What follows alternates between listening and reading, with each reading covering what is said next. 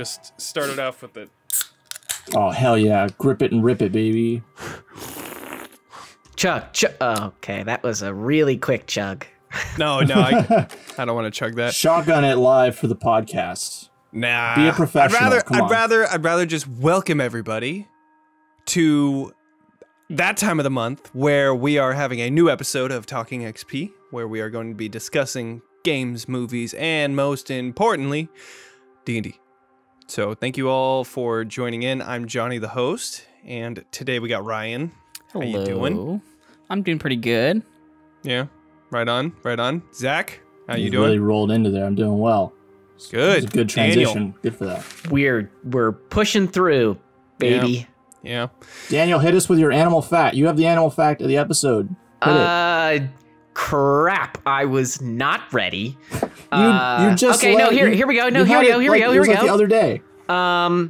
Did you know that the average lifespan for a parrot is between 60 and 80 years? What? Wow. Whoa. Okay. That's insane. A lot of people don't know that. That's All right. crazy. Okay, No, I didn't know yeah. that. Okay. You know, for an impromptu animal fact, that was pretty good. Let's step inside the bit for a second. The reason I did that and called you out like that is because, like, day before, you told us that there were like 2 billion T-Rexes. 12.9 billion Was T-Rexes. it 12? No, it was 2.5. Oh shit! It was Still a lot of T-Rexes. You're so right. I thought, Never mind. You Like- should have. If only I had been ready, I would have come out with that because I literally told that story to everybody. Yeah, But- I thought you had it locked and loaded. That's why I sprung it on Sorry. you. That was the I- first one I thought of too. That's my bad. But the fact that you didn't remember that, now we and everybody listening know that parrots live to be an average of 60 to 80 years. That's a long-ass there you time go. for a And parrot. So there you also, go. there were 2.5 billion Tyrannosaurus Rex. How cool is that? That's That's way pretty more than I would have ever expected. I know. Science, baby. Science. All right, well, with the animal fact of the episode out of the way, we're going to get to our schedule where we release new episodes of our podcast every third Tuesday of each month. We are also releasing a lot of other D&D content each week on our YouTube channel, so find the link in the description. Make sure to subscribe to us on that. And then for this month's one-shot of the month, we will be playing Let the Sleeping Lugubra Lie. I believe it's Lugubra. Okay, cool. Yeah, I don't know. I couldn't know. I didn't know how to pronounce that I one. mean, anybody's guess, really. Yeah. Whichever way you it's pronounce it is Lugubra. correct. You'll be able to see it when we stream on our Twitch on April 28th at 7 p.m. Pacific Daylight Savings Time.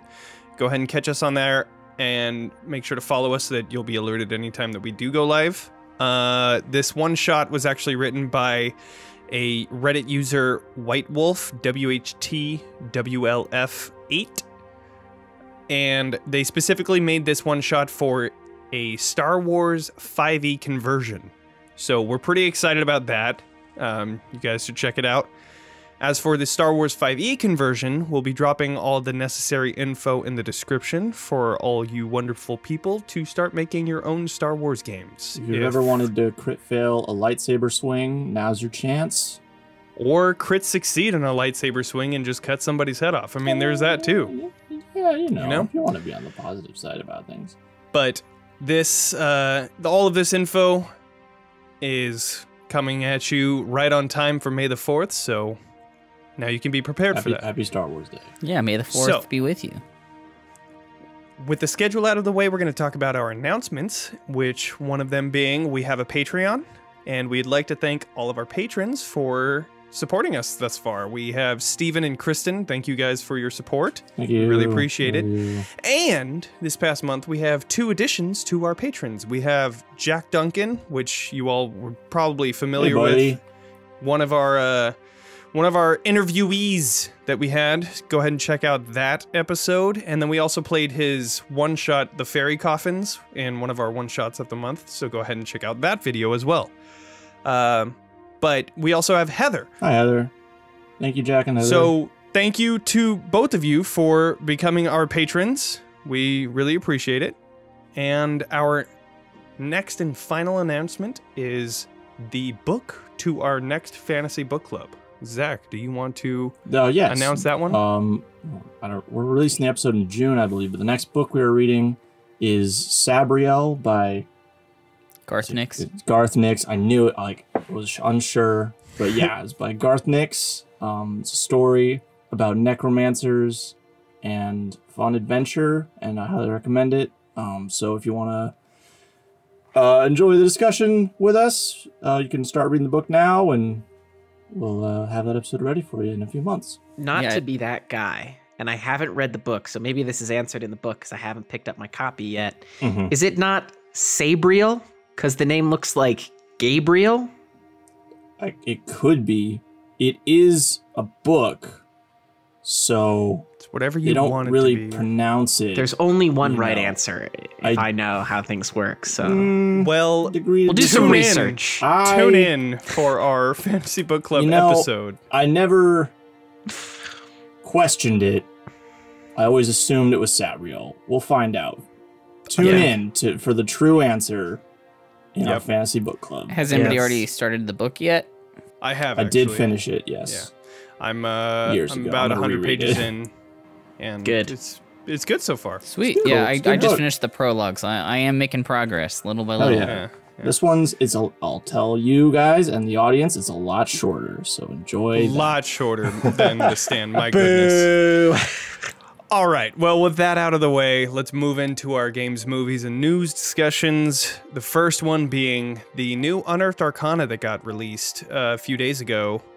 The Draconic Options was a pretty big, substantial release for Wizards. They released 3 new types of Dragonborn.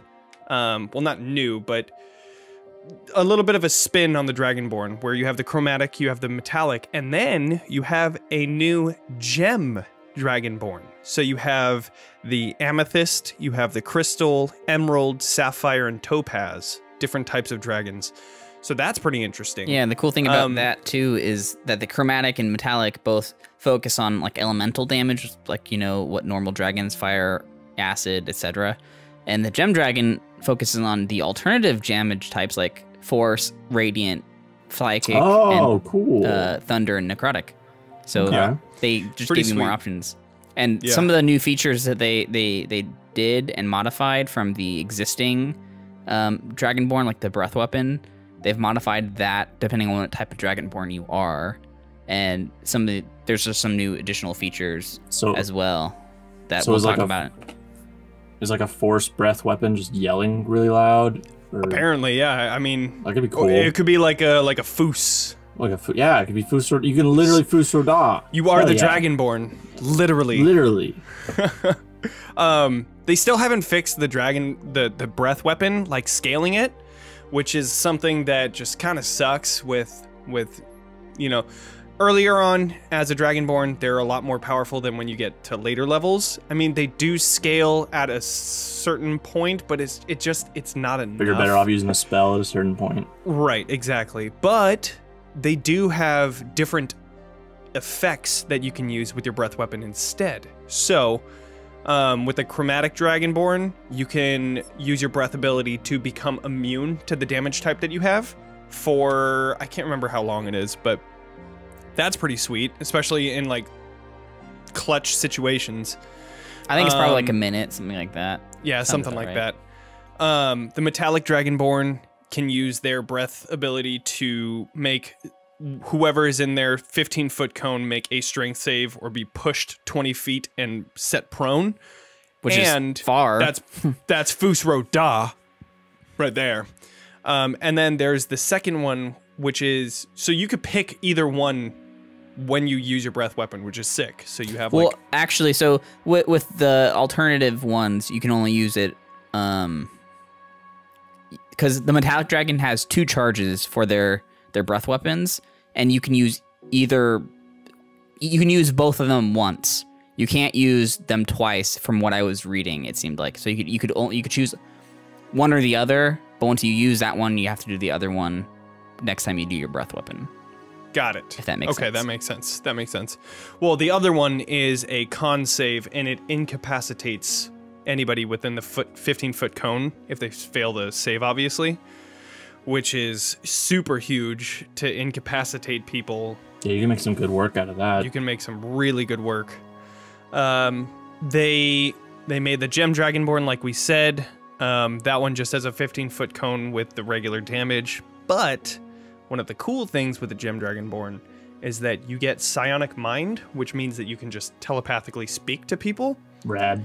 And you get this sweet new ability called Gem Flight, which is similar to the Azimar's ability for flight, where it's a flight speed equal to movement, and you get 1 minute. However, this one beats it because it's a bonus action instead. Instead of a full action to spread out your wings, it's a bonus action. And I can just imagine having a monk as a bonus action spread out its wings, and then a fly speed equal to its movement speed, just flying around punching shit. I could just, wow. It's the best thing I can think of. But you use like key points to dash and shit. Exactly. They're all over that map. That's wild. So they got those Dragonborns. They updated the kobold with a few different things. They added a few new feats, which Ryan, you kind of like those. Yeah, I mean, feats are always cool.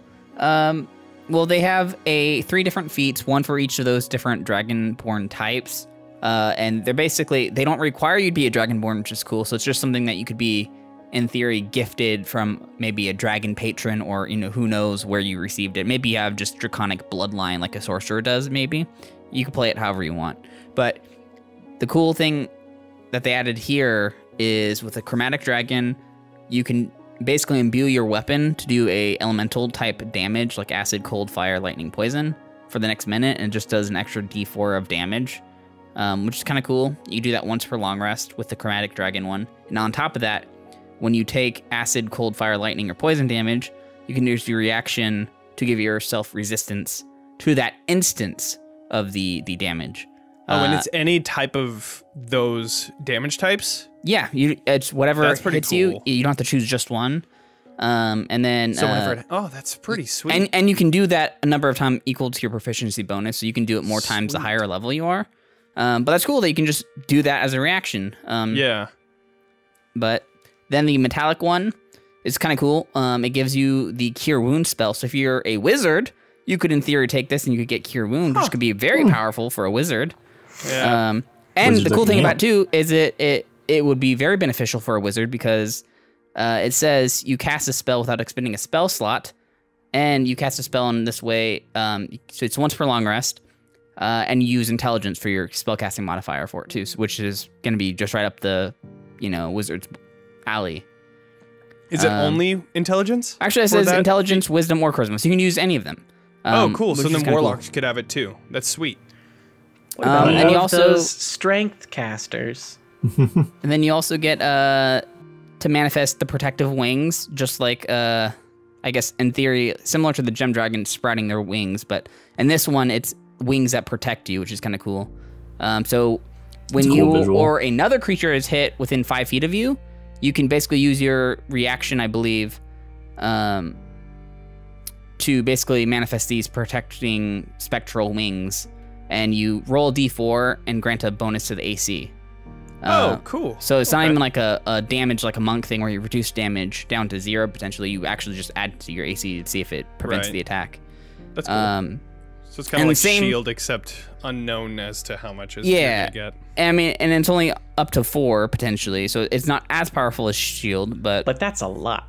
But you could put it on somebody else too, which is cool. You could put it on somebody else, and on top of that, like the other thing and the last feat, you can use it up to your proficiency bonus as well. That's cool. Does the shield last until the start of your next turn, or is it just that instance? It's just for that instance of the attack roll. Got it. I think it is what it says. So it's like protection almost for paladins. And then the last one is the Gift of the Gem Dragon, which is cool because I always like feats that increase your ability scores by 1, because then you get an extra bonus to your ability scores, potentially if you need it. And you can increase your intelligence, wisdom, or charisma by 1. And on top of that, when you take damage from a creature that's within 10 feet of you, you can use your reaction to emanate telekinetic energy and basically deal damage back to them, and they have to do a strength saving throw, and they take 2d8 force damage and be pushed 10 feet away from you. And how many times can you do that? Proficiency or just once? A number of times equal to your proficiency bonus as well. Sweet. And you get them back on a long rest. Not Which bad. You can There's see some- that they're trying to transfer over to using proficiency bonus a lot now because That's it good. scales way better than Yeah. any of the other shit that they get. Hell, I forget that I have that most of the time, so they can make a mechanic that uses it. It's good for me. And then I think Johnny mentioned it too, but there's a lot of new like spells in this update, and specifically it looks like there's 7, I think. And there's one that really stood out to me. It's a 4th level spell, and it is an enchantment spell called Ralothim's Psychic Lance. It's not a concentration, which is always nice. That sounds cool. And it's available to bards, sorcerers, warlocks, and wizards. And the cool thing about this one that me and Johnny were talking about is this is like the first spell, at least that I know of, and I think that Johnny can think of, that involves using a bad guy's name or whoever you're attacking's name. So basically, the cool thing about this is a psychic power, where and another thing that's I think unique about this too is it can be an attack roll or a saving throw. Because it seems Interesting. Yeah, I didn't even read that. Yeah, because it says it's a range 120 feet, it's an action to cast, and you basically shoot out like the psychic energy from your head to a target you can see within range. And I imagine based on that, you do an attack roll for that. However, if you can't see them, if they're invisible, as long as you know their name and they're within that range, you can just say their name, and they have to do a saving throw, which is They can be behind full cover too. And you just as long as you know their name, you can hit them, which is sick. Because That's pretty cool. That's like what Ryan was saying. That's like the first time that I've ever heard of a spell dealing with names, which is super powerful. And I think that that's something that they could definitely continue going down. And Sucks just make paladins something can't have it. interesting. Yeah, It's also Most of a all of them paladin. are like I would Zone of Truth, get that name, and just slap them. See, the thing about that, though, too, with if a paladin could do it, they wouldn't be able to get that until way later because it's a 4th level spell and they can only go up to 5th true. level. It's good but- multi-class. You could, Yeah, but at that point, It'd be a really it'd be specific thing to rough. multi-class for, Yeah. but you could. But- Warlock. But there is also the cool thing, the saving throw is an intelligence saving throw, and I feel like a lot of creatures that you'd use this on potentially wouldn't have very good saves for that. However, I imagine if we try to use this on like our Mind Flare friend that tried to, use us, he would probably have a pretty good you would intelligence save. break right through that. But it's still cool because that's still a way to get around invisibility, It's pretty sweet, yeah. One of the last things that I was pretty excited about this Unearthed Arcana is the idea that gem dragons gem dragonborn are a thing, which means that gem dragons are a thing, which means that they might be releasing something of that nature here within the next few. Yeah, I imagine there's going to be Could probably be. a new adventure of some kind. Yeah, I Mhm. think that would be pretty interesting. Maybe like how cool would it be to have a continuation of Rise of Tiamat? You only end at 14th or 15th level on Rise of Tiamat, and what happens after that ritual? Maybe you can go down to hell and actually kill Tiamat or something like Deal that. with the Gem gems. dragons are involved. I think that would be really sick, but I don't see them doing that just because Yeah. they don't really do high level adventures, which No. is kind of unfortunate because not very many groups play at that high Yeah. levels. They're never Maybe because able they're to not do making it. them for it. Maybe if they made the high-level adventures, I mean, more people would get to it. I feel like you could 100% argue that, but at the same time, yeah, I don't know. I wish they would make more adventures that went to Call me 20. wizards. I got ideas. But there's one other spell too that's kind of cool, and I was just gonna mention it to Zach here because I know you have a couple spells currently with your current character that deals with summons and different creatures you can summon. Mhm. They I added have a shadow spawn for my warlock. they added a summon draconic spirit, so now you can bring a draconic spirit, which is kind of dope. It's a 5th level All right. spell, which is Sounds a lot rad. higher, so you'd have to be really high warlock. Yeah, we'll but- get there. Hopefully. Don't get But hurt. it's pretty cool. We'll try it. Um, I'll look into it. They have a breath weapon as well, which is kind of nice, I guess, if you want more breath weapons. But Yeah, but you guys should all just check out the Unearthed Arcana. It's called Draconic Options. It's really interesting. Yeah, go check it out, guys. Yeah. But... And something else I was going to say, too, they typically, within like a month of these coming out, they release the survey. So if you check it out, you know, tell Wizards of the Coast what you think in the survey. They, you know, will make the adjustments based on people's, you know, reviews of it, typically, and they'll release it in the new source book that comes out. So yeah, whatever that may be. Yeah, get your voices heard. Yeah. Well, with that aside, our next topic that we have is a recently released movie that we wanted to talk about. Godzilla vs. Kong. Woo! Yeah. Have you guys, Ryan, Johnny, have you seen this? I have not seen it. Yeah, I have not seen it, but I have watched a review and some spoiler stuff about it. So I do know. Ryan, you have my HBO password, so you should watch it first. There's no excuse not. It's worth watching, honestly. It was I thought it was very good. Because it's only on for a couple more months. Or for a couple more weeks. I watched it. I watched it opening night. I watched it the day it came out on HBO. Congratulations. I had a grand old time. Yeah, I thought it was a ton of fun. It's, you know, these monster movies there's parts of it that are more good than others.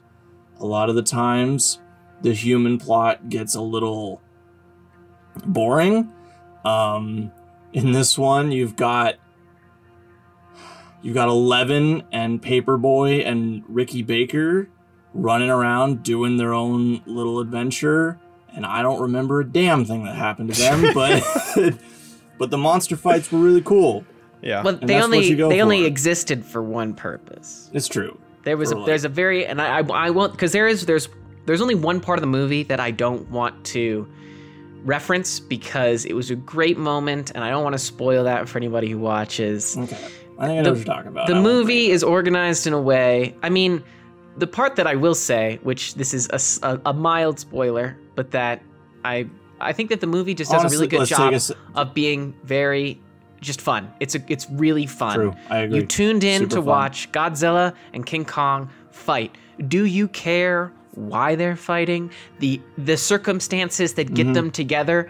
Honestly, no. I would argue if you care, I'd say you're lying. Even if you're spoiled on this movie, it doesn't matter. Like I could tell you the entire plot, and it doesn't fucking matter. Just watch it. One of the coolest things for me. First of all, the visuals incredible. Of course, the sound, that's the whole point. Really sound amazing. I listened to it with a pair of like 3D, like stereo, like headphones on. It was wild. The coolest part of the movie is they kind of do like a Jules Verne, like Journey to the Center of the Earth kind of like. There's like a cool kind of like subplot element to this movie.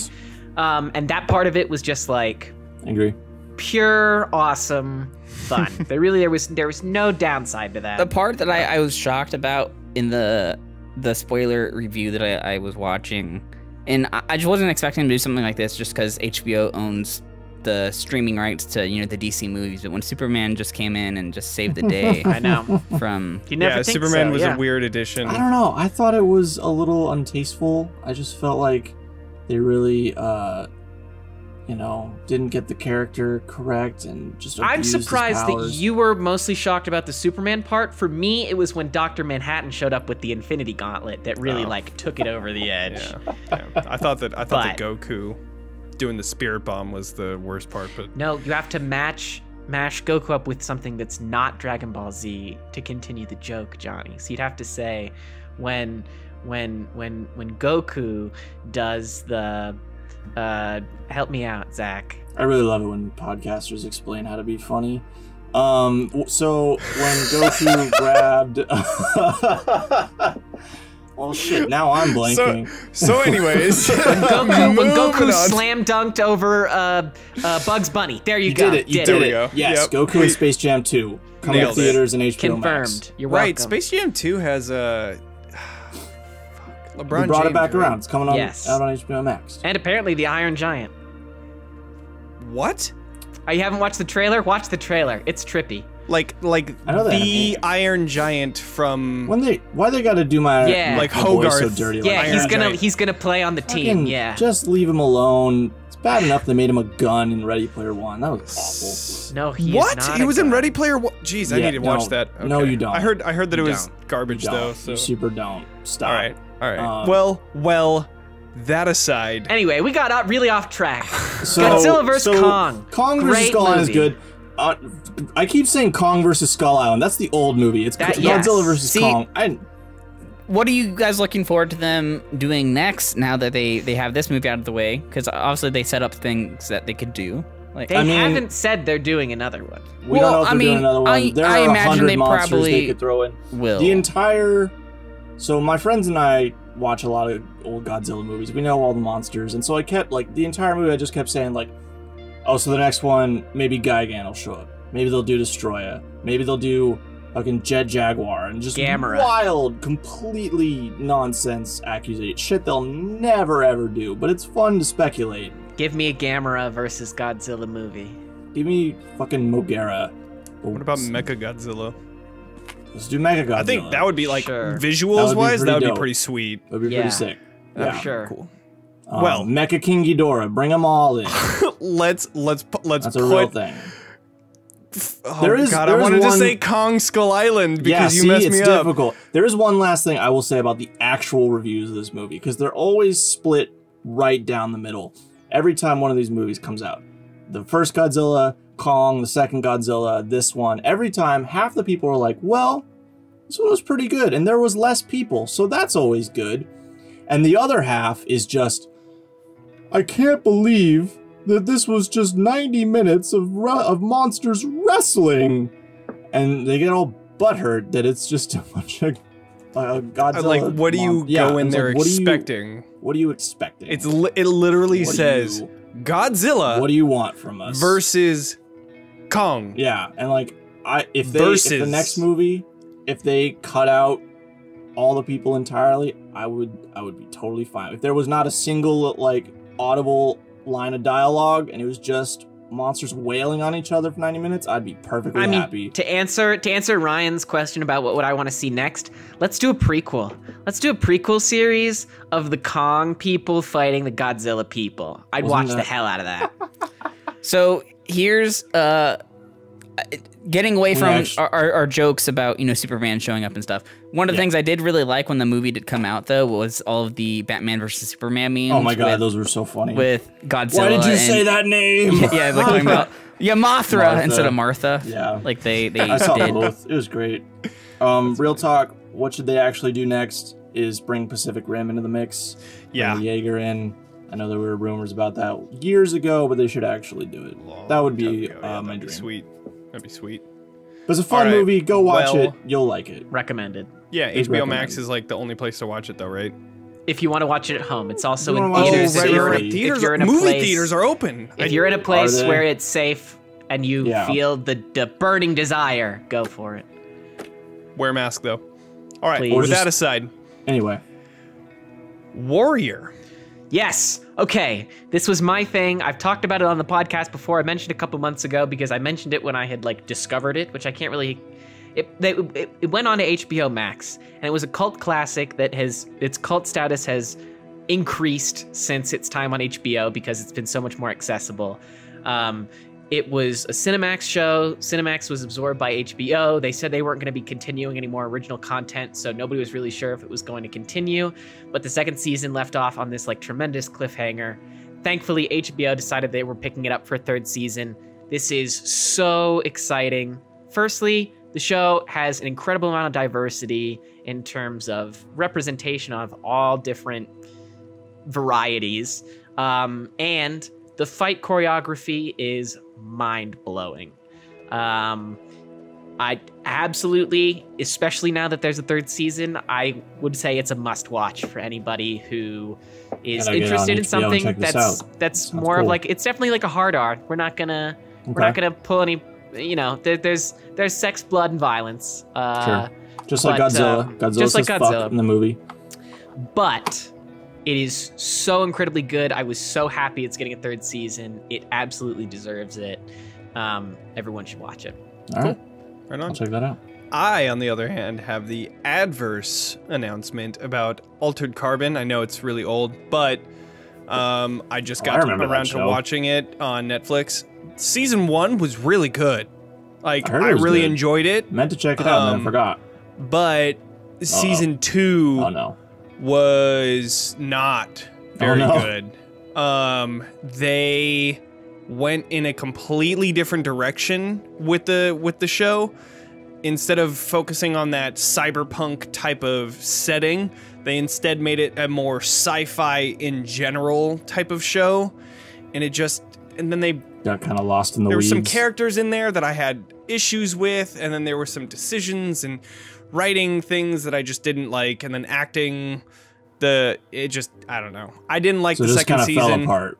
It did. It wasn't. That sucks. It wasn't the same, which is why I think is the biggest issue is that they tried to do something different and it didn't hit. But first season was good. People should watch it. That's about it. Also, there is an anime that they made. Right, also, I heard that was hot garbage too. I haven't watched it. My boss at work said it was okay, so I mean, I don't know. First season's good, yeah. I watched Altered Carbon. Second season, starring Anthony Mackie, who is going to be relevant here in a minute for what we're going to go into. But it's not his fault. It's the writing. Let's say that right now. Got a real lost on and also, it is based off of a book series, I believe. So I don't know if that has anything to do with why it took such like a nosedive. Yeah. If they're like trying to adapt parts of the book that I just don't really understand. Maybe. And just put it in like the most confusing way possible. Yeah. Maybe the second book wasn't any good. So maybe. Yeah, you know. It is what it is. So watch the first season and then pretend none of it exists. Yeah, just completely ignore the second season. Does the first season end in a satisfying enough way that you can pretend the rest of it doesn't exist? Okay. It totally does. Yeah. And I think that you should just leave it there. I think that the second season, if you haven't started it, don't. Okay. Just leave it. I will also say that the writing team did change a little bit in the second season, so I think there was something going on behind the scenes that affected the quality. Yeah. Okay. Well, that aside, we're going to be getting into Falcon and Winter Soldier. First, no spoilers. What do you guys think so far? The most recent episode that was released to this date is episode 5. So there's one more. So, what do you all think? Show for me is a 9 out of 10. I think it's pretty good. It's closer to like an 8, maybe. I'd agree with you, Daniel. It's pretty high up there. Yeah. Anywhere between 8 and 9. I think I'm with Zach on this one. The series itself is probably around 8. The last episodes, the last few, 9. Yeah. I think it started off slow. Yeah. And then it started to get into its like actual meat here in the most recent episodes, and it's getting real good. I feel like that's fair. Kind of like what Daniel was talking about in our Justice League conversation. I totally feel the slowness, but I would really say like the first 2 episodes for me, like 8, great, nothing like remarkably special. Right, and that's not to say that they're bad. No. By any means, episode 8 is still pretty good. Yeah, episode 3 for me was like a pretty significant lull. I would put it down at a 7. The last 2 episodes, 10 out of 10. I have there is nothing about the last 2 episodes that I would change. I would almost describe them as perfect. I can't get into this until we start talking about our spoilers at the end of our episode, but there is one thing in the last episode that I would change. We'll talk about spoilers in a little bit. We'll still get some general. I feel like it's a pretty solid, just like, this is a cool action movie throughout the whole thing. Like, no real peaks or valleys for me. I did feel, especially earlier on, and I talked about this a little with you guys, and I know I'm not the only one that feels this, but there's like weirdly a lot of murder for everybody. Like, in the first, and not like, I know people die in the Marvel universes, but it's weird when like the heroes are doing it to civilians. Like, Sam kicks a lot of people out of that helicopter. Yeah, the very opening scene. Very distracting for me right at the beginning, because I was just like, that guy's dead. that guy's But dead. here's They're the not thing. civilians, though. Yeah, Well, not civilian, but like normal, non-superhero people. Right. But you know also, what I mean? I get you. here, think Don't about even this, tell me though. they had flight suits on, they know they didn't. My all-time favorite Marvel film, which is Captain America: Winter Soldier. It's a good one. Yeah. The very opening scene, Captain America fucking kills so many people. He knocks them out, kicks them off the side of the boat. You're right. They're Yeah. drowning. They're not surviving that. But And you here's know here's what? the difference. Here's the difference between Well, can I just say that the it heroes, was weird in that movie too? I mean, here's the thing though. They kill people who are actively harming them or actively causing a threat. That's the big difference. Like the people Sam was knocking out, he was neutralizing them. Guys, He was and neutralizing they were doing them a to terrorism, save and it was bad. and complete his objective. I get that. It's just weird when it's like fully frontal on screen, kicking a dude out of a helicopter or stabbing him in the stomach later on. It's just like I don't dislike it. It was just a little jarring. It was just like, whoa. I didn't know that was the tone we were coming into, you know? I'm surprised you're so surprised when one of our protagonists is a reformed assassin. I mean, that's what I was gonna say is that like they get into like the dark and again depths. When he does it, it's not as weird. When the Birdman does it, who traditionally up to this point has not murdered people, starts doing it. I mean, he was in the military, so that's what I was gonna say. But not on screen. I'm sure. saying That's I hear you. Yeah. But it's not a also, huge deal. like, It's just something I wanted to bring There's up. Captain America Civil War, where he's shooting people, like in Yeah, the opening scene, and that Winter was Soldier at the end of that, weird, when they're too. killing Hydra agents. They're knocking them off of a fucking helicarrier. They're not living. What I will say is they are drawing more attention. Exactly. Yes, That's to the all I'm fact saying. that it is murder in this series. And again, murder's a strong word. It is an we can quibble strong word. about language, but if you're killing somebody, and again, like it doesn't sour the experience for me. I still think the episodes are very good. Right. I think it's justified. They make a point out of it. It's not a something they just like let slide. But like when I started the first episode, I was like, oh, so that's what we're doing here. Okay, I didn't know that's what we were doing here. Set the bar. Okay. The last thing I'll say before we delve into the spoiler thing at the end of the episode is very similar to WandaVision. They have done a fantastic job at keeping you curious and wondering what's going to happen next. They end each episode in a very good way to want you having more, which can be frustrating for sure when you have to wait a week to the next episode. But you know, it's a great tactic to have people talk about it online like every single week and just keep it relevant, which is I think it's being successful because I keep saying it all the time. So yeah. Well, similar to our talks on WandaVision, if you want to hear our full discussion with spoilers, stay on until the end of this episode, and you can just enjoy the discussion that we have about everything that we think. Our hot takes about Goku. It's actually Predator in this one. Right. But you can't see him because he's invisible.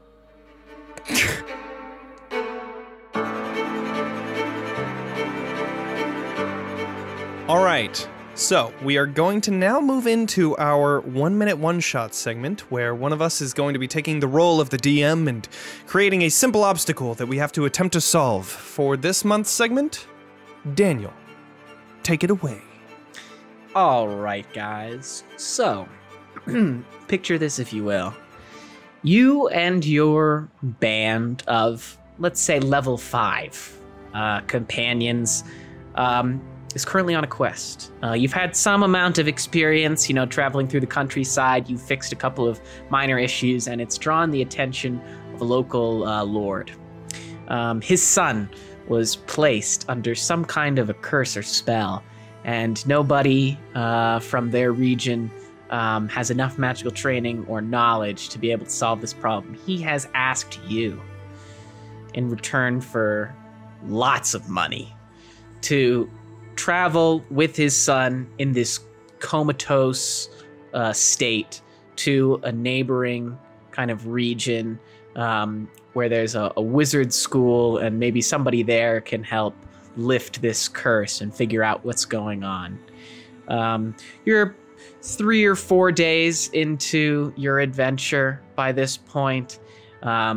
Your organization basically looks something like you have a cart with a couple of horses. You've been traveling down this dusty road. As like I said, you have some experience, so you know better than to set up camp, you know, just like right on the side of the road. But night has now come, and you've set up in this little patch of trees, little forest right off the side of the main road. Being experienced travelers, you know better than to leave your campsite without a guard. So before you bed down for the evening, you make sure that you draw straws, and of course the rogue drew the short straw. He gets first watch. But unfortunately for you and your party, the rogue has fallen asleep. Of course. You Fucking awake rogue. in the middle of the night to see a small group of wood-elves rummaging through your stuff. It seems like they've already looted the majority of your gold, essentially anything that you wouldn't have been sleeping with on you in your little bedroll. And most unfortunately of all, the wood elves have just finished saddling up your horses and the cart, in the back of which is the body of our comatose lord's son. As they see you begin to rise, they crack the reins and they take off into the forest, cart in tow.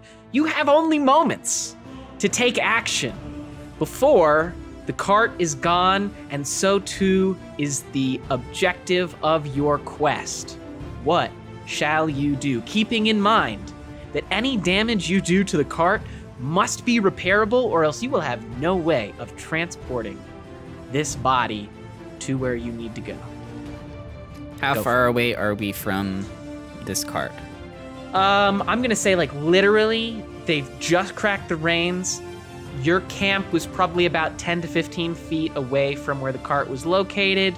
The cart is now probably another 10 to 15 feet away. So I'm gonna say you're just, they're probably like 35 feet away from you.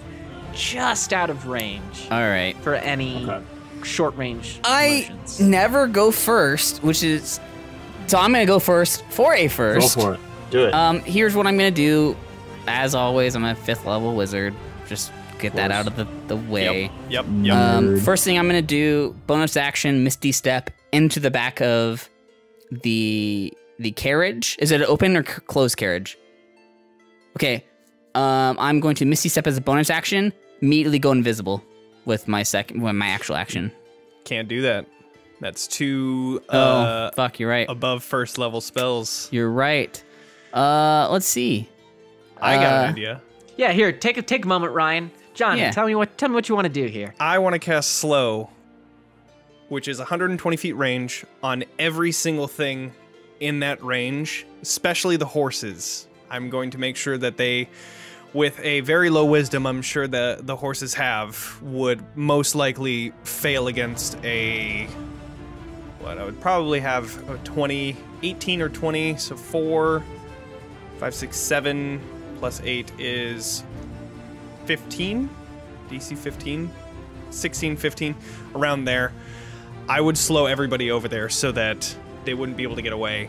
Even if the wood elves were able to just jump off of the horses and run away, that's fine. I want to make sure that we have the freaking carriage. Like, I don't want to lose the king's son. So that's slow, and I assume that's concentration, right? Correct. Yeah, up to 1 minute. Is there anything else you or your party would want to do in addition to casting slow? I mean, as I cast slow, I would allow the other people of my party to catch up to them as well during that time. But okay, that's the first thing I would do. Zach, do you want to go before I say my corrected? Or do you? I mean, it's up to you. Do you want to correct your answer before I give mine? Go for it. You can go first. I okay. So if we're 35 feet away, can we agree that if we're taking a full turn, like I can step forward a bit? Yeah. I mean, so you were asleep, so yeah. I'm not gonna make you take an action being prone. But like I can at least take a few steps forward. Half movement, sure. I think. I can is work fair. with that. Okay, so the first thing I would do is I would wish that I'm like some kind of more powerful god than Vecna, like probably like a god of resurrection, Wait, so that I wish? can resurrect my party and also maybe resurrect Vecna so that he's no longer like lich-y. Did you say wish? Yeah. So you like can cast wish at level 5? no, I would. Y'all. Nice Stay with wish. me on the bit. All right, we're still going on the wishes. Okay. I was doing. I'm missing the joke. I'm missing the joke. So anyway. Putting wish aside. Swing and a miss. So I got would it. jump forward and I would use Maximilian's Earthen Grasp to make that's a good one. Earthen hand come up from under the cart and raise it up so that they're just spinning wheels and not going anywhere. Until my party can, even if the wood elves drop horses and run, I still got my cart and the party can wake up and come after them.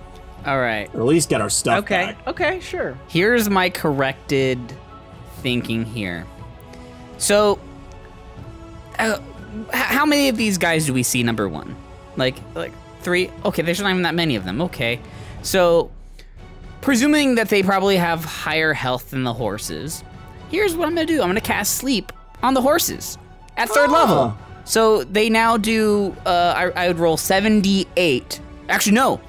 I would roll 9d8 worth of health, and if they get put to sleep as well as the horses, problem solved.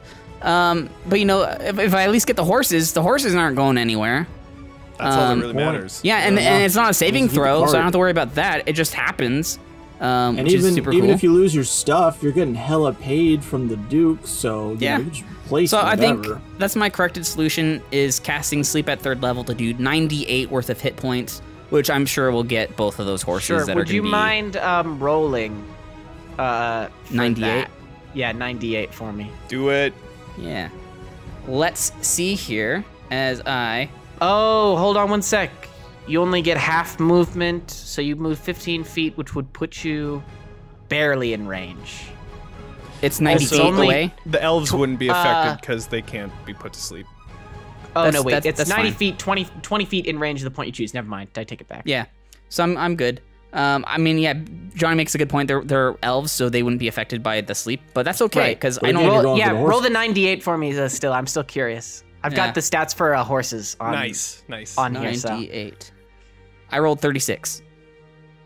36. Okay, yeah, no, you definitely passed. They fall right asleep. Do they many both hit fall points asleep do or they just have? one? Yeah. They should both fall asleep. They're both horses because the horse has approximately 2d10 plus 2 health, which that definitely is more than. Yeah. Sure. So that's So great. at least then they can't get anywhere, and I imagine they're either going to run off or we're going to fight them. So Right. Yeah. Yeah. Okay, and I'm gonna roll a d20 for the horse wisdom. Yeah. Wisdom save for my. Little for my did you know, slow. you had the wisest horses in the land. I know, right? Horses have a higher wisdom score than you might think they do. Yeah. Shit. They have an 11. Wise It's their ass horses. second highest stat. Oh God. You know, for a horse, it's above average, so... So let me. Above So 10, it right? gives a bonus of +2. So let's roll. Here, okay, d20. I got a 12. Great. They fail. They are now There we slow. go. Nice. Okay. Okay, so slow. So they have half movement. And that. Nice. Okay. at Next least catch time. up. Next time, I'm gonna say no wizards. I've learned my lesson. Hey, yeah. I mean, like, we wizards can are totally too do that, yeah. powerful. Do you want us to try again? No. Less Those wizards? are all great. Those all. You succeed. I'm sad. did I was it. hoping to stump you. I know it's not the most harder creative, than but that. we did it. Daniel, was there a specific? Oh wait, no, that's right. We still have. Is there any rules for Zax? I mean, assuming I don't punch through the floor of the cart. Right. Not I mean, really. Yeah. I yeah. mean, the only thing is, as someone who has used Maximilian's Earthen Grasp before, I think technically that would be beyond the literal lengths of the spell. However, that use is so creative and cool. Yeah. I would allow it anyway. Yeah. I was inspired by Like, your use, honestly. That's what made me think of it. Yeah, so I think that's a great use of that spell, and therefore, as a DM, I just would really allow love it. the image of like a big ass hand, like literally raising just the lifting card it up like a Hot Wheel. For sure. Yeah. Well, I mean, it does say that it's a 5-foot square, and then it says whatever it grabs onto is restrained. So, I mean, that would be completely up to You like could you just said. hold on to the cart rather than or at least technically holding on, but then like thematically it's lifting it up. Yeah, Yeah. definitely. Yeah, for sure. My solution was kind of multifaceted, depending on kind of what. And next time, I'm also going to pick specific characters, and I think that would help too. But basically, my idea was to try and obstruct the path of the cart somehow. That's a good idea. Maybe trying to knock down some trees, like just kind of like block their path, and then the horses would have to stop. And then the advantage of that is, like, if we played out more turns, of course, the danger would be wood-elves. They're pretty good at archery. They could hit you, you might lose concentration, the slow would wear away, and then they could move faster, or, you know, et cetera, et cetera. But still, I feel like you all have passed my You solved your riddle. question. You've solved my riddle, so congratulations. There was like my first idea, but of course it's not something you can do as a 5th level character. Was like just wall force it, just make it so they can't go anywhere. Stone See, just, like, I straight in front of tried them. to make it harder by limiting you to 5th level, was a and good now try. I realize I need to be more specific with When you were level classes. 1. That'll be next time. See, another cool Well, idea we're could be, I know we're going long, but would be like doing a fine. wall of water or something like that, and just make the wall a cylinder. You know, just Sure. make it so Good the horse idea. doesn't want to go through it, or you know, Sure. kind of like what you're saying, obstruct it Yeah. in some way. No. Yeah. Well, with all of our solutions out of the way, we're going to move into our D&D discussion topics. Zach, you wanted to talk about something? So after last month's discussion, when Daniel brought up our favorite spells and all the cool things, magic we're doing, all these good ways to stop horse carts, it had me thinking about the opposite. Let's talk about those jank-ass spells, those things you never use. Why would you even put this on your spell list? Specifically, I wanted to start out with a good little cantrip called Friends. Why Oh was my this thing? God, I know. So, Friends is a cantrip. It lasts as a concentration 1 minute, where you choose a target and you get charisma, or you get advantage on charisma checks against them. After the minute, they discover that you use magic on them and become hostile towards you forever. It says It's like- hostile. And it says, Whatever like, that if means they're for an the aggressive character. character, they will fight you or they'll seek revenge or whatever. It just seems like a huge downside for a small little bonus. Yeah. I don't get it. I Yeah, don't know no, how definitely. you could make use of this. Friends is like the #1 cantrip I will never touch, even know, with a 9-foot pole. I can't think of a scenario you could make use of. Like, if you roll a persuasion check, get it, and then book it with the rest of your 50 seconds or something, Yeah, I and don't just know, get man. out. I don't know. It's rough. Are there any other, like, whack-ass spells you guys can think of? Yes. There's at least 2. I was so also just excited. Googling to see if what a large consensus of people were saying. But here's one that I thought of on my own, and it was True Strike, because that gives you advantage on your next attack. Okay. Sounds good. But it is an action to cast, and it's only the first attack roll against the target. So you have to waste a whole turn of attacking just to get advantage on a second attack. Give it a second. So you're rolling twice either way, Yeah, like pretty much. So you might as well just swing twice. Effectively. And then there's another one that I know I've heard people talk about, and it's Find Traps. And because it's a spell, I don't know what level, it's probably first level or second level. And all it does is tells you if there's a trap. It doesn't tell you anything else about it. like, and it doesn't even tell you where it is. It just tells you there's a trap. So that there one exists, but you got to find it on your own. Yeah. That could be useful Does if it it's like cantrip. Does it show you where it is? No, it says, okay, it says... Just says, ping, I got a trap It says somewhere. There are it's a traps. second level spell, and you can do it ritually, which I guess is nice. Okay, but Yes, that's fine. Because Uh, burning a spell slot for just that. is But also, yeah, it tells brutal. you in a 120-foot area if there's a trap. It doesn't tell you where it is, what type it is. Okay. and it only lasts for sucks. that one action. So like, Wow. So it's a yes or no answer. Okay. yeah. Wow. So All right. detect poison or like sickness or whatever, plague. Yeah. That's one that I hate, especially as my first character was a paladin. You know, you're like, yeah, I'm a paladin. I get so many cool spells I get to look at, and half of them are fucking useless. Half of them, like, it doesn't matter. Like, unless you're playing a really hardcore game of D&D, like, who cares about create food and water? Like, create and destroy water, that has some Create fun water, uses. that can do some uses, but I create can't. food and water, like that, like seems useless to I don't me. think we've ever done a hunger You or say thirst that, mechanic. but we also play in a game where food and water doesn't matter. Like I said, if Yeah. you're playing a If more you're playing, hardcore go with version, that. that could be useful. Yeah. I mean, I have never found a use for Ryan, it. didn't one of your characters Yeah, create a I- shitload of food for some refugees once? Exactly. That was So I was kinda gonna say nice, for I guess. roleplay wise, there's a lot of uses for it that way, especially if you're trying to help other people. That's where something like that comes into play. Like I think. for overall effectiveness, it's a little weak. I do have a special one though, one that hurts me Oh, lay it on us. still. It hurts me still, and Johnny, I think you're gonna understand this one. So when I first started playing D&D with you guys as a group, I picked this character. I picked a paladin, and like day fucking one, I was looking at what spells I could get, and I saw that as soon as I got to be like a 14th or 13th level paladin, you can cast Find Greater Steed. All right, Find Steed, yeah. great spell. Great spell. You summon a thing. You got a bunch of cool animals. I would summon an Shoutouts to elk all the Bambi. time. It was Bambi. Great time. Bambi was so good. Love Dealt Bambi. great damage, had great stats, like super useful. Used Bambi all the time. True hero. I finally hit level whatever, like 14. Like literal years. It took me 2 years to get to the point where I could cast Find Greater Steed. And I even knew which one I wanted. I wanted a Periton, which if you don't know what that is, it's like the head of an elk on the body of like a weird demon hawk thing. It was rad. You can fly. It's got cool talons. Like its attacks seem really cool. It's remember. awesome. I summon it. We ride into battle on the Periton. So little health. At level 14, one shot. And the worst part was, not only was my steed dead in one turn, and that's a 4th level spell. For a paladin, that's like, oh, I'm That's a never big getting that deal. back again. Mm-hmm. I was in the air. Yeah. I started falling.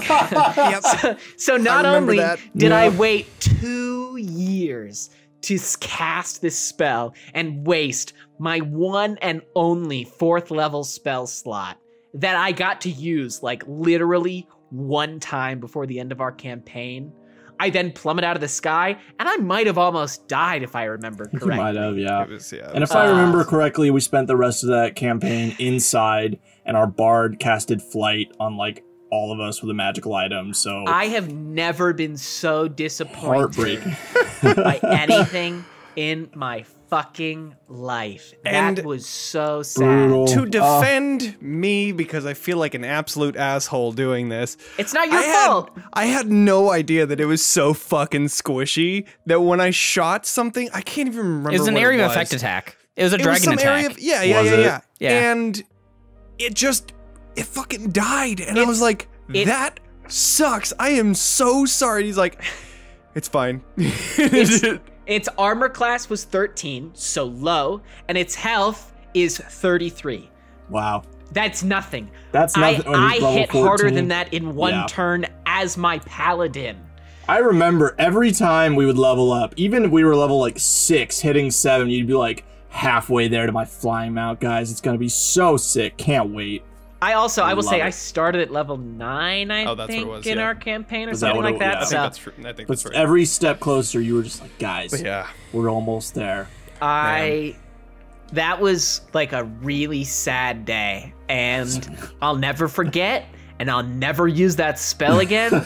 Don't take it. It's literally worthless. Now, Just okay. stick with Bambi on the ground. Let me just check, just for funsies. What the elk in D&D 5e? How much health does an elk have?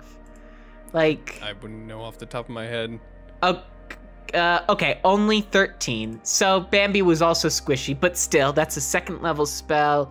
It sticks around for forever. That's like, it's totally fine. But I mean, Bambi had it's a a lot of 2nd level uses. spell, and then not only that, I mean, like, you're not flying around, and Yeah, you're not gonna stuck in this plummet like to death. super shitty situation Yes. where if your mount is gone, you're gonna be plummeting 60 feet. Yes. And this, for everybody to know, this was the climactic battle at the end of Rise of Tiamat, where they were inside of a very tall, spiry type of temple. Got dragons flying all over the place. Yeah, we had shit going all over the place. And so they picture, in our flew final up and battle, then- I take myself out minute 1 because I almost fucking There goes kill our tank. myself. Yeah, so that was There's that. Johnny, you got Anyway, any you want to throw in the pile? Worst spell. Honestly, you guys hit a lot of them, and I want We can to dunk say on this friends one. some more. I want to say this one, but I've already seen 2 very relatable uses of this Okay. spell. Well, I throw just it out there and let us. sleep. Man, sleep's dope as So- hell. What do you? So I lower feel levels, personally attacked. lower levels, Yeah. sleep is useful for sure. Especially with the way that Ryan just used it with the horses, that's super useful. The way that if our listeners had watched our Faerie Coffins one shot, I can't remember who casted it, but somebody it was cast. Zach. Yeah, It was Zach, me. you casted sleep on the fly dude and Faerie, yep. stopped him in his tracks, and that Real was proud. perfect. Real proud of that one. No, that was a great use of sleep, and I think that it's super situational. I was that you about to can say use that, it, but yeah. it's just. Yeah. It's But I think you just make a good point. not the Once you get into best. higher levels and stuff has more health points, it becomes Exactly. less. Is there like a greater sleep or a super sleep spell? You No, can you cast just it can at higher scale level. it up, but you For- only but that get only a adds, like, D8 one more per. D8. No, yeah, it does one more 2d8 per spell slot. 2d8. So in Alright. theory, if you cast it So at you 9th could really level, crank it. at 9th level, you'd be doing 5d8 plus 16d8. So it'd be 21d8. Would you also 21d8 have at to not 5.5, roll that's- like a garbage person? That's Yeah, true. that too. Yeah. I feel like at higher levels you should get a wisdom save, put one thing to sleep. Because I spell. definitely remember That's just before me. the death of I my feel like that last would be pretty character, R.I.P. Frangipani, definitely R.I.P. tried to in cast peace. sleep and rolled like a 9 total, that was a bad and was call. like, See- all right, that was a waste. We'll do a shout out to our another podcast that me and Johnny guest starred in. Johnny, if you want to do the shout out for that real quick. Yeah, Pot of Many Things. You guys can find it on YouTube. I believe is their main use for their podcast. But yeah, we were actually over there. I think it was like a week or 2 ago. Yeah, Yeah, go ahead and check it out. The reason I was wow, going to shout that that's out is cool. because on that podcast, me and Johnny were asked, is there a type of wizard school that, or, you know, some kind of something like that, some new subclass for a wizard that'd be interesting to see that they don't have existing. And in that, I think we talked about, crap, what was it? It was like a Blood school of magic for me. blood magic, and I think I said something about teleportation or something like that for me. Conjuration. Or yeah. It's, something I to remember. do with transpositioning. Basically, That's what it was. Yeah. doing like a lot more teleportation stuff, like basically making a Nightcrawler type character would be really cool That would from be like cool. the X-Men. That'd be pretty dope. Anyways, I just thought of a new one that could be really interesting. Is one that's all based around sleeping and like Fucking the art of Sandman the wizard. astral sleeping. Dreams and- Yeah, dreams. That'd be really sick be because then cool. you could That'd be sweet. you could do I would exactly be what you're pretty talking into about, that. Zach. School of Doing, Dreams. like making some wizard feature that's specific to the sleep spell or That'd be some really cool. enhanced Hey, sleep. Wizards of the Coast, dude. Call That'd me. be All really of cool. the things you just said sound to me like warlock classes,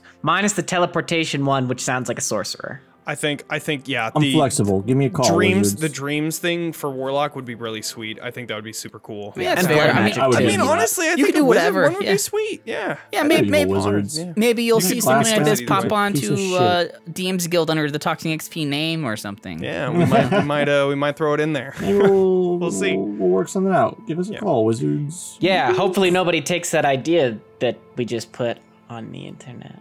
Well, it's our idea, so don't fucking steal it. Thanks, guys.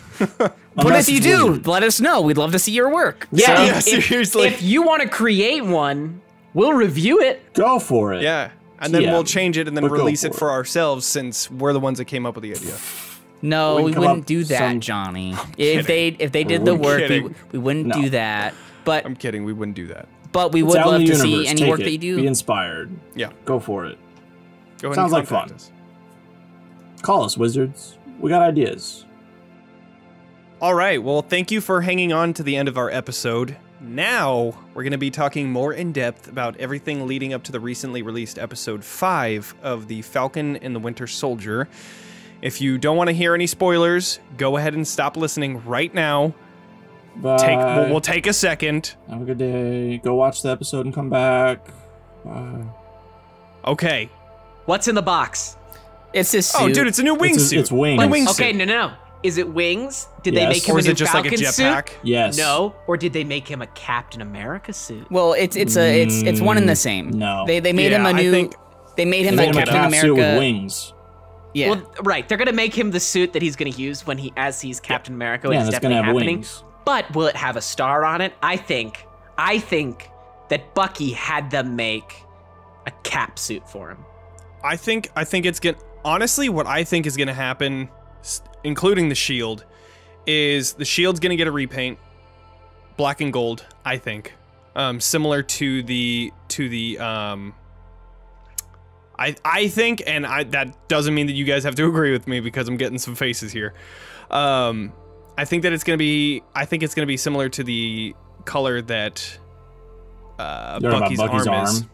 Yeah. No, I don't. That's what I think. Because that'd be like Captain Wakanda. That doesn't make any sense at all. Did you But not that's the see? thing. That's the thing with Isaiah Bradley, him talking about no sane black person would be No Captain America. self-respecting. Oh, self-respecting black person would be like, Captain America. So I think that there's going to be a repaint where it's like, yes, I'm Captain America, but I'm doing it on my own terms, and these are my colors. Here's kind of why I thing. don't think that's happening. Did you notice how Sam's shirt changed when he became Captain America? I know, It went from gray to blue and red. Yeah, I know. His new Good suit's point. gonna be blue Didn't and red. notice I'm that. telling you right Yeah, now. I don't think they I might would be ditch wrong. This. You might. I don't know. They might put some black and gold elements, but I don't think they would ditch. It might just be the suit. It's It might just be the 100%. wings. It's 100% going to be his Captain America suit from the comics that he had, That's what I would which expect, is yeah. super sick looking. He has really like one of cool. the coolest Captain America suits out there, because like when Bucky wears the Captain America suit in the comics, he has like it's mixed with black leggings and like the sides of it are black, which is kind of interesting. Oh, yeah. But Sam's suit in the comics are super cool. He has really cool like striped wings, which are really they're just neat. In fact, like to give you a mixture of what it looks like, it looks kind of similar to Captain America or Steve Rogers' stealth suit that he had in the beginning of Falcon or the Winter Soldier, except it has like the red and white underbelly part, so it looks pretty sick. Yeah, I think that's probably what they're gonna go for. It's most definitely gonna be that because they totally had a leaked toy that came out like a month ago. Right. But Yeah, I mean, yeah. But yeah, most of us saw that coming. Why did Sharon Carter break bad? She was shunned from America, right? I don't even remember why she got. They just like got kicked out of the system and they forgot about why? it. I can't remember. Because she helped Cap and Falcon in Civil War. Right. Okay. That's right. That's what I thought, but I was. And I'm glad they addressed that because I've been wondering, like, what happened to that old love interest? She did allude to the fact that during the blip, life was hard, and she made some choices. Yeah. Yeah. And I mean, do we think she's the power broker? Yeah. Who knows? I mean, she could be. I kind of forgot about that. She could not be. I mean, she definitely called up the French guy to go meet with the Flag Smashers. So we know there's that connection. I do think she's the power broker. That Sharon Carter is some way connected to the Flag Smashers and also to that French guy. So was he in the series earlier? Because his face looks super familiar. Yeah, first episode. Oh, the first episode. That's Okay, Sam was because I was like, fighting. I know this guy. Yeah, okay. That makes He's sense. also the same guy It took me a from second, too. the beginning of Winter Soldier, and Cap just kicked his ass in like 2 kicks his seconds. fucking ass. See, he didn't die though. No. Cap's not a murder. There you go. Well, right. Okay, so let's talk about the real murderer in the room. John Walker. John Walker. So, all right. I think I love how much they make you hate this character. I think this is a super well written.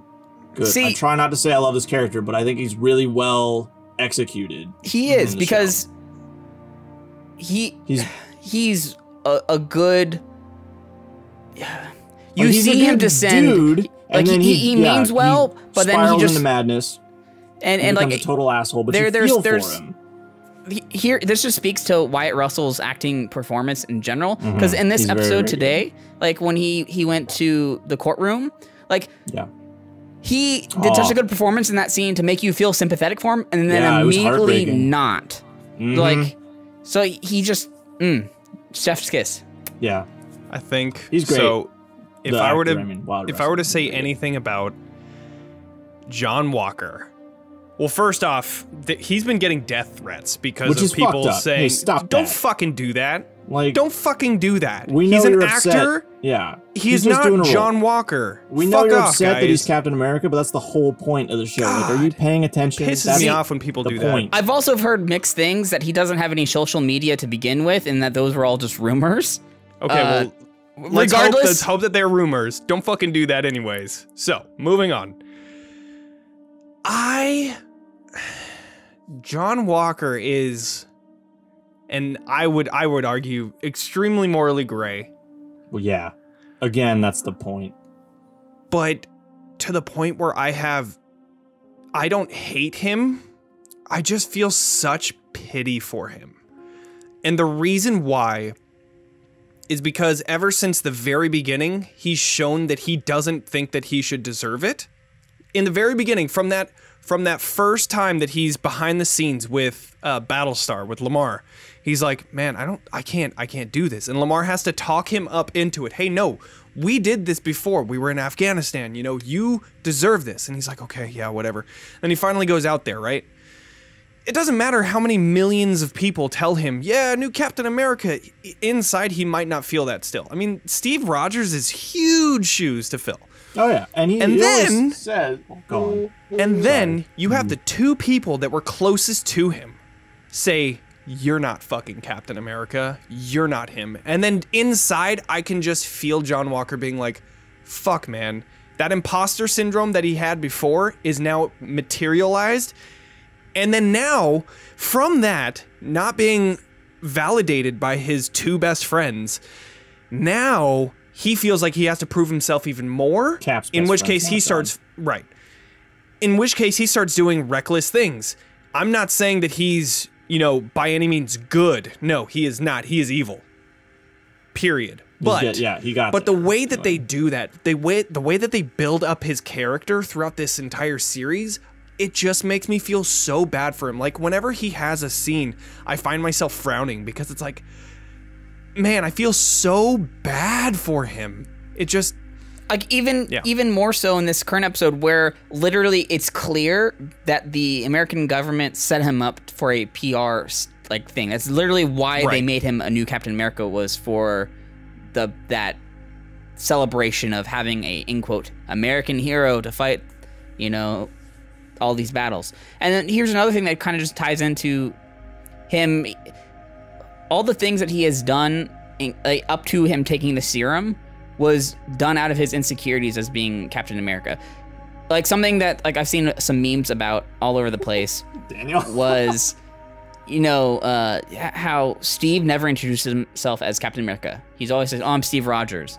And I saw that comparison. And every single time he introduces himself, John Walker that is, he says, "John Walker, Captain America." And that just kind of furthers feeling like he has to say his title for him to be... trying to reassure himself and everybody else in the room. And I know Daniel completely disagrees. He thinks he's a bad guy from the get-go, which you can tell from the first episode he's in, he's not a bad guy. He's just doing what he's told. And that even came across in his court hearing. Let Daniel have a turn. Wait, I'm not done yet. But that even came across... Take your turn and let Daniel speak.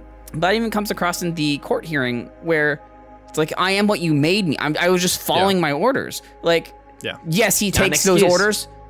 I'm not excusing him for his actions. I was about to just say, it doesn't take away from the fact that he made poor actions after that. But those actions that he took in his mind were trying to, because he was insecure about that to begin with. Like, clearly he has post-traumatic stress of some kind from his time at war, and on top of that, losing his only friend and someone who's actually been there supporting him through this entire thing. Like, everybody else in the world has basically pushed him away, except for his wife. He has a wife. I didn't yes. Who loves him? Oh, right. Yeah, that girl we that's just met. sitting next Yeah. to him. Yeah. We didn't just meet her. She was in the first episode too. but- Right. Oh, But- right.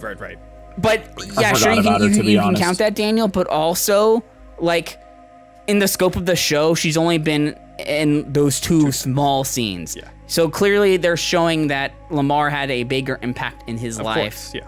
Look, But of course. Let me just say, okay? Wyatt, if you're listening, I know you're listening.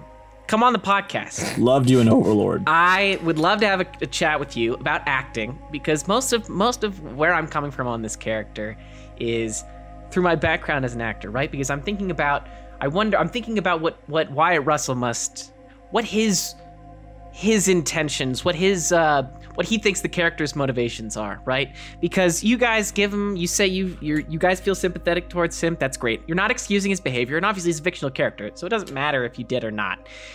But I have no sympathy for this character. He's a selfish piece of garbage. He got this shield, and just because the government says you're Captain America doesn't actually make you Captain America. And he should have had enough humility to say, you're right, you know what? I'm not. You're right, I'm not Steve Rogers, and I never will be. And that should be okay. Now, you're right, he is fucked up. He's got this PTSD, which he definitely is dealing with. He's got all of this background and all this stuff.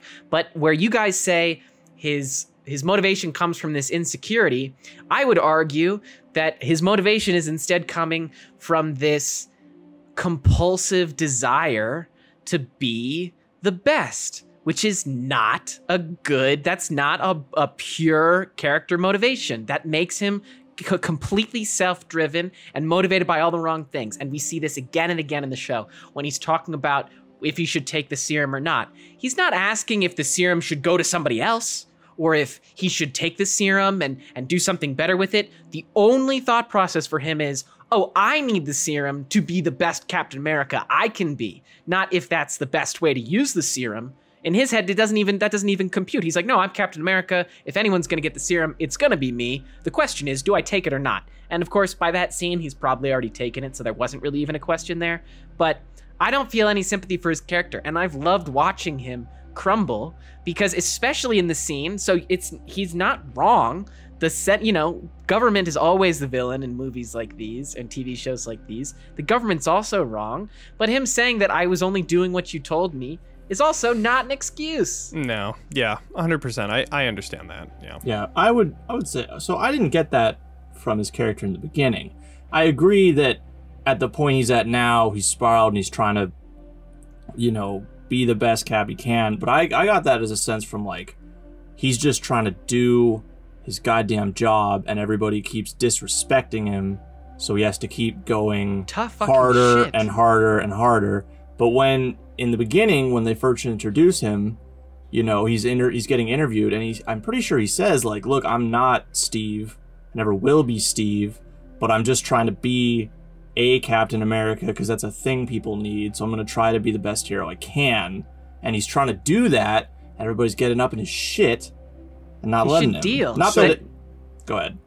So one of the things that I was going to say is that you're saying that his motives are for the you say that his motives are that he needs to be the best, but he's selfish. Yes, but I mean, like, if you really think about it, if he was really trying to be the best, like, he would have taken the super soldier serum immediately, not even asking Lamar if that was his only motive, because he wouldn't have given a shit. He would have said, this will make me the best. But he held himself back because he's like, I don't know if this is enough. And then Lamar even told him, he's like, fuck yeah, I would take it. And that was basically his permission to say, okay. If Lamar would have done it, then that means that I would have done it. So now, well, can I just say one small thing? Yeah, I think that our interpretation of the character hinges on when you think he took the super soldier serum. I think he took it before that conversation happened. Yeah. Okay. See, well, I guess it really does come down to that. Yeah, that changes a lot, actually.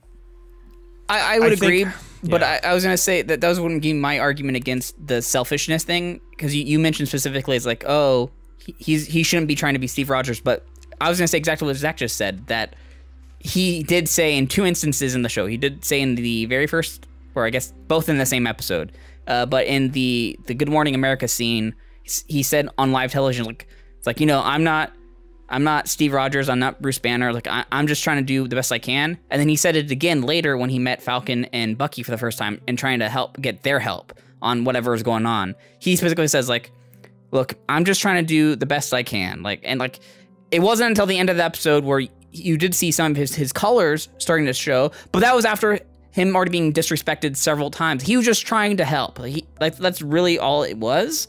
And that was the first step to push him, saying, okay, look, if you're gonna keep disrespecting me, whatever, I'm gonna do this on my own. He lashed out, which is honestly, it's a toxic behavior, and clearly he's a toxic character. But overall, he started off from a place of trying to do good, and I agree. Yeah, his perspective of good. His perspective of good. I mean, they've already alluded to what may have happened in Afghanistan, and he didn't like what was happening, but he did it anyways because he was a good soldier or something like that. I can't remember the exact quote. But what I was going to say was, I think you were saying that John Walker is a toxic character, but I would also argue, and going into mental health here, because they do go into mental health in this series, which is incredible and great, especially for men. They, both Falcon and Winter Soldier, or Bucky, sorry, they both show toxic behavior by just saying, you're not Cap, fuck you, basically. That's basically what they're doing. Yeah, and, they're real and I understand assholes where they're coming to him. from, but they didn't even try to talk to him. They didn't even know that John Walker was appointed to this position. I mean, they may have assumed that, but it wouldn't be 100% on him. They should be mad at America for doing this kind of a thing to him. Like, they should be mad that they didn't ask Sam Wilson, right? They should be mad that they didn't ask Sam Wilson to be Captain America. They should be mad that, you know, all of these different things, because it wasn't just John Walker that became Captain America. It was so many other things behind. They had to get the shield from Sam Wilson. Then they had to decide who was going to be Captain America, pick them, and they had to decide, yes, I'm going to be Captain America. That's like 90% America doing this terrible decision of bringing some random dude. Sure. It's not their job not that to be he's his random. friend. Also, I'm not saying that it is, but we're talking toxic. I don't think that being a jerk to somebody you don't like is toxic. Why don't they like him? Because why would they like him? Who cares? Why Respect is earned. No, it's not. No, absolutely not. That's a moral that I disagree with you with. I think respect is lost, not earned.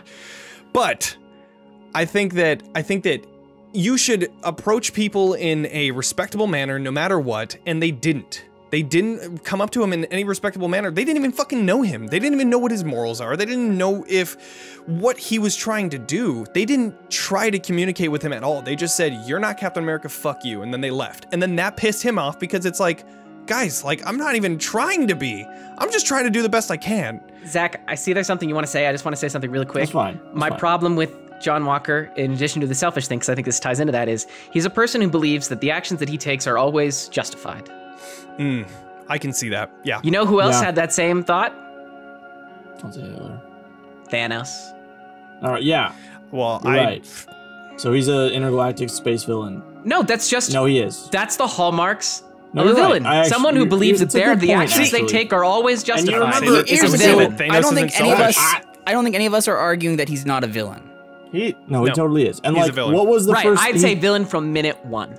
There was no that's dissent. hilarious. He started there. And I think you make a good point, because the very first thing he says after he slams the shield into that guy's face and gets blood all over it is, I did what I had to do. You saw it. He was like, kept justifying himself. He's like, I was completing the mission. I did what I had to do. He talks to Battlestar's parents, and he's like, look, I could not let that guy go. Oh, that was straight up lying. He was straight up lying to them. He was straight though. up lying. But, you know, I think he was delusional, not lying. I think he believes what he's saying. Yeah. And I think you're right. I think his problem is that he always believes whatever he does is justified. Now, whether or not we agree when he became a villain, whether or not we agree on his character or his motivations or whatever, I think we can all agree that from minute one, it's very, very uncomfortable seeing somebody else in the Captain America suit. Oh my god, he looked like such a dweeb. You cringe and you go, oh no, why would they do this? This is awful. ooh, and it's very you're supposed to be uncomfortable by that idea, and you're supposed to hate this guy just because he's not not Steve Rogers. And I think that Wyatt, if you're listening, love you, buddy. You're doing a great job. I think you performed it very well. I think it's perfectly like written for that purpose. I think he does. It's a very good character like arc to try and like make people hate him. I know. I just always feel bad for actors that play like the worst roles ever. Feel terrible for it. Wyatt, you're doing a great job. We love you, buddy. You're like Joffrey from Game of Thrones. Like, that character is scientifically created specifically to be hated, and it does a great job of that. So interesting because, you know, there's two different types of Marvel villains. There's the really likable, like Loki, you're Loki, or like Agatha, or you know, Thanos was really likable as well. The memeable ones, like, and then there's the ones that you Dark just hate elves without you know any other regard. You just hate them. Like Red Skull. I mean, you just hate him. There's no good thing about Red Skull. He is just evil. Baron Zemo, depending on the movie or thing you're watching. Yeah. True. Can we talk about Baron Zemo for a second? Can we talk about Zemo is a pretty interesting point. I was just going to bring before we move on to Zemo, there's one more thing, but you do your thing, and then I was just going to say one of the things that I don't like about this series that kind of keeps it from getting that absolute 10 is the throwing the shield thing. Regular humans being able to throw the shield and bounce it off of trees perfectly to make it bounce back to them. You're right. I can't get on that. Unbelievable. What all these people with super serums and gods and things, that flies. But throwing a shield at a tree? No way, man. Physics. No way. They did a really good job of showing Sam in this episode training and doing the best. Like they did a really good job showing that he's just not naturally good at it. It was cool. They tried to show how it worked. I can't get behind it. It just you don't need to be a super soldier to do it. Like you don't need to though. That's what I'm kind of set on is like how are you able to throw a shield so perfectly that you can catch your hand back into the handles while it's spinning back towards you. Let's go, Johnny. It is what it is, and I'm just letting you go. That's it. That's it. It's vibranium. It absorbs all shocks. So then it shouldn't move. It shouldn't bounce off of anything. Yes, but it also doesn't obey the laws of physics regardless. Also, so, like, vibranium isn't real.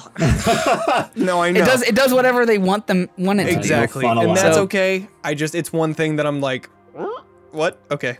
Anyways. The one thing I wanted to bring up that I just feel like we need to reference, although we can't go too deep because let's just call out the fact we're 4 white dudes. Yeah. Is the, in my opinion, really nuanced and subtle way that they talk about race, especially in this last episode. Yeah. Was really moving for me. And in an answer to your comment that you feel like Bucky and Sam were kind of dicks to John Walker when he shows up, we have a great line from Bucky where he apologizes to Sam for saying, they did you wrong. What happened here was wrong. It was a slight to you, and it intrinsically is tied to you being a black man. They would never have just given you the shield.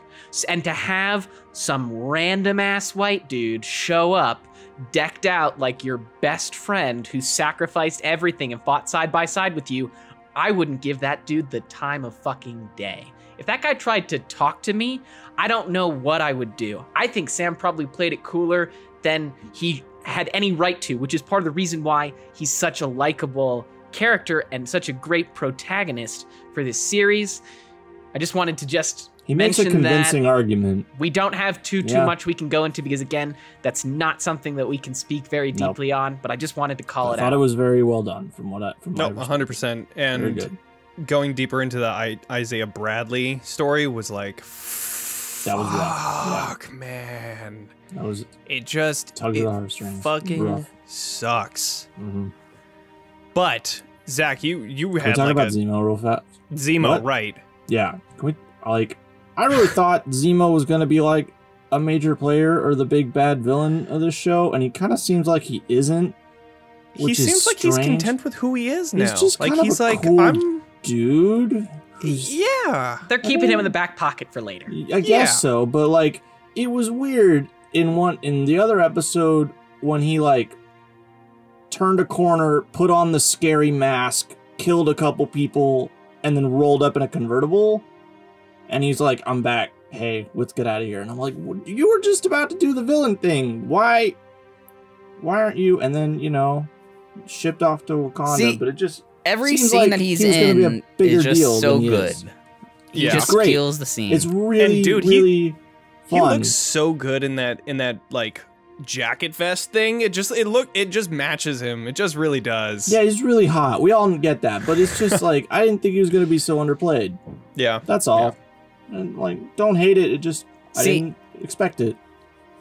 Going into, I guess, the future of things, I know, Daniel, I know you think, and you've said this countless times, that John Walker is not living at the end I think of this. I'm wrong. I think you're absolutely wrong. I think I'm wrong, and I've Oh, changed you thought my they were tune. gonna kill him? I did, and I still think that's possible, but I'm Interesting. starting to feel like I'm incorrect. Yeah. So, I don't think they're gonna kill him. To correct Zach, so you said Zemo's being sent off to Wakanda, and that was not true. They said they're taking him to the Raft, which is the prison. Oh, is that what they said? Yeah, oh, okay. which is the I prison didn't hear where the line very clearly. they- I heard all they were this- taking him somewhere. I assumed Wakanda. It's Marvel's supervillain prison. I know Yeah, what the it's Raft basically is. it's the prison where all of the Cap side in Civil War was taken, the underwater prison. So here's what I'm thinking is going to happen, because they had that character played by Juliette Louis-Dreyfus come in, talk to John Walker's character. She, after the episode, I found out her alias, because there's been many, or at least like two at least that I know that have had this alias, but she is Madam Hydra, which is a very interesting character. And so basically, being that we have Zemo going to the Raft, at the end of the series, I imagine John Walker is going to end up living in the Raft, and that just will set up some of the villains that will be creating into the Thunderbolts team, which is basically the Marvel Suicide Squad, essentially. Interesting. I read that Weird. today, and I think that makes sense to where they're gonna go next. The thing that I was saying that I would have changed in the last episode was how she was introduced, because it was so fucking awkward. That and was very weird. jarring. It just threw me out. So then I Ryan's like- gonna Ryan, you take this away. You're Yeah, about I was to going to say the say, same thing as apparently me. she's going to be in the Black Widow movie that has not So come out. if that had come out in the right order, we would have Maybe. already been introduced to this character. Okay. But the movie Okay. hasn't come out yet, so we don't know anything about her. Okay, So then it was a weird that's way why. Okay, so it was supposed to be like a she's Yeah. in this movie, but Drawing then the pieces it just together. fell apart, because it was just like, Well, Because the retroactive would be really good potential after the heavy movie. spoilers for the Black Widow movie. I've heard that there's some character from that movie that probably could also be a member of the Thunderbolts squad as yeah, their yeah. Black Widow. So yeah. we're seeing the pieces fall into place. If Black Widow ever comes out, who knows? It might not, and I could be wrong. And then also, one of the other things I was going to say is, because I'm not sure how much you guys know about the Thunderbolts, but it's called the Thunderbolts because Not a goddamn of General thing. Thunderbolts Ross, who is, been a pretty big antagonist in both the Incredible Hulk movie as well as, Civil War. Now that he's was he Department of Defense is what he was? Oh, Secretary of that Defense? guy. Yeah, the Sokovia Accords. Yes, That he dude, wow, what a is pull. Red Hulk in the comic. He takes a version of it as well, and it's really cool. Actually, something I really liked about this series for Falcon and Winter Soldier is all the different Easter eggs based on all the prior Marvel films that have dealt with the Super Soldier Serum. Because the Incredible Hulk was created by trying to do the Super Soldier Serum, and then now they've introduced Isaiah Bradley as part of the Super Soldier program as like Weapons 6, 7, 8. And what they called it in Incredible Hulk was the Weapons Plus program, which is Captain America, Steve Rogers was number 1, and number 10 is Wolverine, Weapon X. Right, that's what I was gonna say. Which is gonna be really cool as they're kind of all tying this all together for the eventual X-Men whenever that happens, which is really cool. If it happens. It will. It's gonna happen. It'll be interesting when it does. All right, well, I know we're running long, but can I just say Yeah. one last thing? all right. I'm sorry. This is just one off base about the series as a whole. If you're hearing the sound of my voice and you missed it, just know that they're starting to do after credit scenes now. And I can't fucking stand that they train us to skip the credits for 4 episodes and then put one in. It was pure chance I saw this one. Same thing. Pissed me off in WandaVision. Pissed me off in this show. Not much of an after credit scene, though. No. It wasn't much, but it you know, shows what's gonna come up in the next episode. My problem is with the principle that it's there at all and not in the last episodes. Just make up your goddamn mind, Marvel, and do one or the other. It happened to me this time and last time where I just randomly, by chance, finished the episode on the first time that they started using end credit scenes. It worked for me this time, but during WandaVision, I showed up to work the next day and talked to my coworkers, and they were like, "Oh, you saw the after credits, right?" I went, "Huh?" What? See, you just gotta fast forward through it. That's what I do. I check them every single time. I'm not doing that because I did that 4 times, and they said no and said okay. So I think here's the rule of thumb it seems like they're doing. The final 2 episodes of every series, it seems like, is the ones that are getting the end credit scenes. If they do that for Loki, then we'll know the rule. To speak on that end credit scene, he's making that out of solid, like that new shield, out of solid steel. Bad shield. That will not work. It's gonna kill somebody. Here's that's the point. Yeah. Daniel, that's where you draw the line. It's a vibranium shield. The reason why they made it out of vibranium is everything else broke. So here's the interesting thing about his shield, being that it's solid steel, means it's gonna be a lot heavier, which means it's gonna be an even better blunt weapon for him to do. However, I saw somebody talking about this on Reddit, which would be hilarious. It's not gonna happen. It'd be great. But it'd be great if he throws the shield and Sam just throws the other one and just cuts right through it. Oh, that will happen. That would be. That will happen. Yeah. I totally think that will happen. We'll see. Well, you heard it here first. But place your bets. All right. Oh yeah, and they did kick John Walker in the spine, and that hurt. Like that really. Sorry. Oh God, yeah. That felt. Oh. I felt that. God. Rough. Just that entire fight was like. Ugh. Anybody else think he was gonna be paralyzed? Just me. No, no. See, that little moment was so fast. Like, me and Sabrina had to rewatch it like 3 times. Like, okay, they all ended up on the ground. What the hell just happened? Yeah, like, I saw that he swung him into the shield, but like, it's no matter how many times I looked at it, it just happened so fast. It was hard to see. Yeah. Right. The only time I felt bad for John Walker was when they absolutely shattered his arm taking that shield off. Yeah. Yeah. Ugh. God. Ugh, that hurt. Brutal. Rough. All right, well, okay, we did it. Thank you all for listening to our podcast, Talking XP. If you like what you heard, we would really appreciate if you guys left an honest review for us. If you're listening on YouTube, please like, subscribe, and share because of YouTube algorithms and stuff. But we will be releasing new episodes every 3rd Tuesday of each month. If you guys have any ideas for topics or any other comments or questions, you guys can find us on our social media platforms. It's talking_XP. We'd love to hear from all of you, so make sure to level up, and we'll see you next time. Bye.